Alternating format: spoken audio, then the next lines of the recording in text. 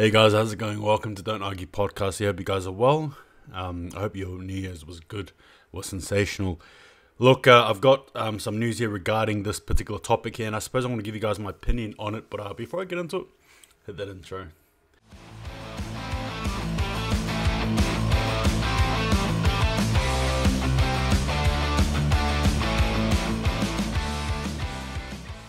Alright guys, hope you guys well as stated before. Now look, the direction of this channel anyway, I'm going to be posting at least 1 to 2 videos per week to basically slowly get us back into that regular sort of, I suppose, content. And then after that, we're going to be obviously smoothing right into the 2 to 3 to 4, perhaps potentially videos basically as we sort of do per week once the Fremantle season is basically underway.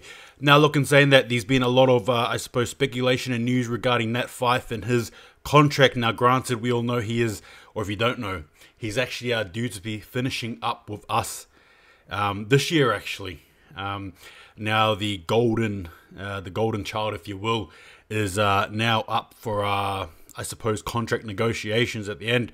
But his manager at the end said that, look, things are sort of being put on hold for the meantime. We're going to be focusing on play and this season, and then we're going to sort of see where we go from here. Now we all know historically Fyfe is has been in Fremantle since the get-go. These I suppose no secret about it.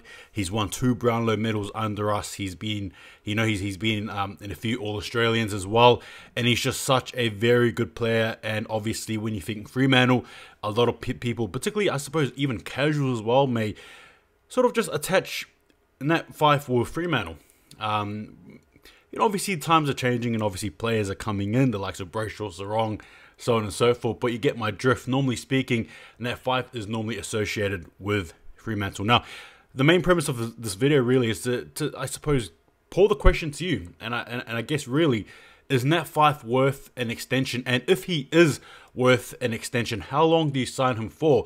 Now, we all know Nat Fyfe is unfortunately dealing with a lot, right? These the injury sort of things, these the form sort of things, and I'm sure the mental health aspect as well that definitely goes in with it. But and again, I don't mean this under assumption, but it just seems to me that Nat Fyfe is somebody who definitely has a lot of positive, healthy supports around him. So I guess in saying that, the question still is there, right? Do we sign him, and if we do, how long? What is he worth? And then obviously you sort of throw different players into it, right? Now, thankfully, Sarong is signed with us as well for a few more years, so that's beautiful, it's sweet. And once, now that he's out of the way, to be fair with you, I believe Sonny Walters is up for talks as well. And obviously, like I said, Nat Fyfe as well as Lockie Schultz.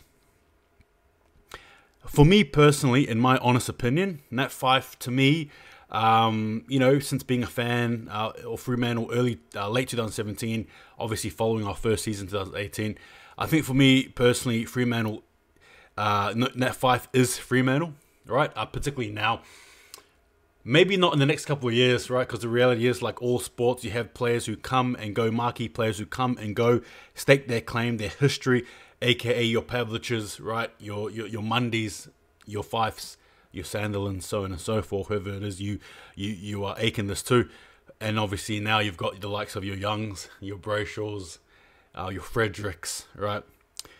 Now Nat Fyfe, for me, he's just Fremantle. When I think of Fremantle, I think of Nat Fyfe. I think of the times when he's taken us through the hard times, and believe you me, I can't say I suffered as long as some of you guys have, but I can definitely assure you that when I followed Fremantle closely, particularly in our first season, 18, I can assure you I was definitely there and I understood 18, 19, 20.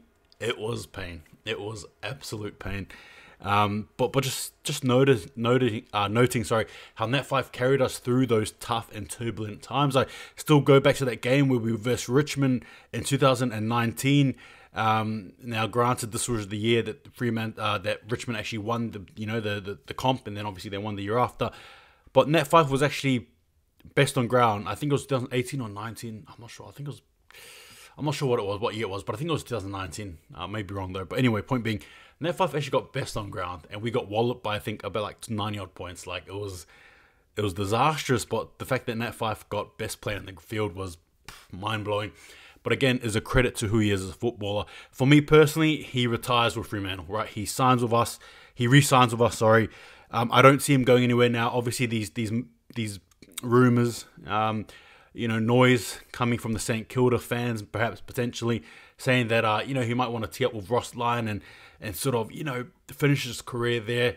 I don't think Nat Fyfe's that type of player. I think for mine, Fremantle will show him the respect he deserves financially. Obviously, again, not trying to put the club in a place where you can't re-sign marquee players or bring players over, because the reality of Nat Fyfe is that he's no longer who he was.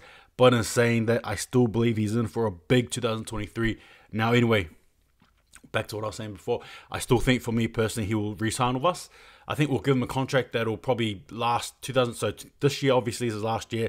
2004, 5, 6. I reckon like another 3 more years, and that's it, right? And I suppose in saying that, there's probably going to be a few little nuts and bolts in that contract, but I think primarily he'll be with us, he'll stay with us, and he'll retire with us. There's no other. I don't want to see Fyfe in another colour. In all honesty, I don't. I get it. There's some people there. There's some Freo fans who are pretty blasé about him and his status at the moment within the club. Perhaps looking too far into next year or the future, and that's okay. But I think for me personally, Nat Fyfe deserves a lot of respect and honour, right? And it's been such a privilege to watch him don on the purple jersey, Guernsey, sorry. And look, in saying that though, I really strongly believe that he will retire with us. And I'm hoping Fremantle can offer him a contract, for at least 2 to 3 more years. But the point being, probably in the premise that he signs and he retires with us, because I don't want to see him win another jersey. I would feel sick to my gut, in all honesty. But yeah, I suppose that's just it. That's just me for now. I'd like to know your thoughts, and for those of you who are watching, please comment away. Comments help, likes help as well, and it's not necessarily motivation. This is not motivation. It's not necessarily it's not about that for me. I'm just going to keep on posting anyway. But the point is, I'd just love to see a bit of engagement. So if you guys could please engage with the content, that'll be great. We're gonna try and kick things off and add a few more subscribers. I definitely am aiming for at least 500. By the season end, but I reckon we can get over that in all honesty. But look, in saying that, I suppose it's a two-way thing, and I will definitely make sure of it. So again, stay tuned for more content, but give me your thoughts. Should Nat Fyfe re-sign? Should Fremantle just kick him, pun intended, punt him down the road and see what happens? Is he worth any trade value? I suppose that's another question too. But in saying that, that's all. Take it easy. See you guys next time, and just remember, don't argue.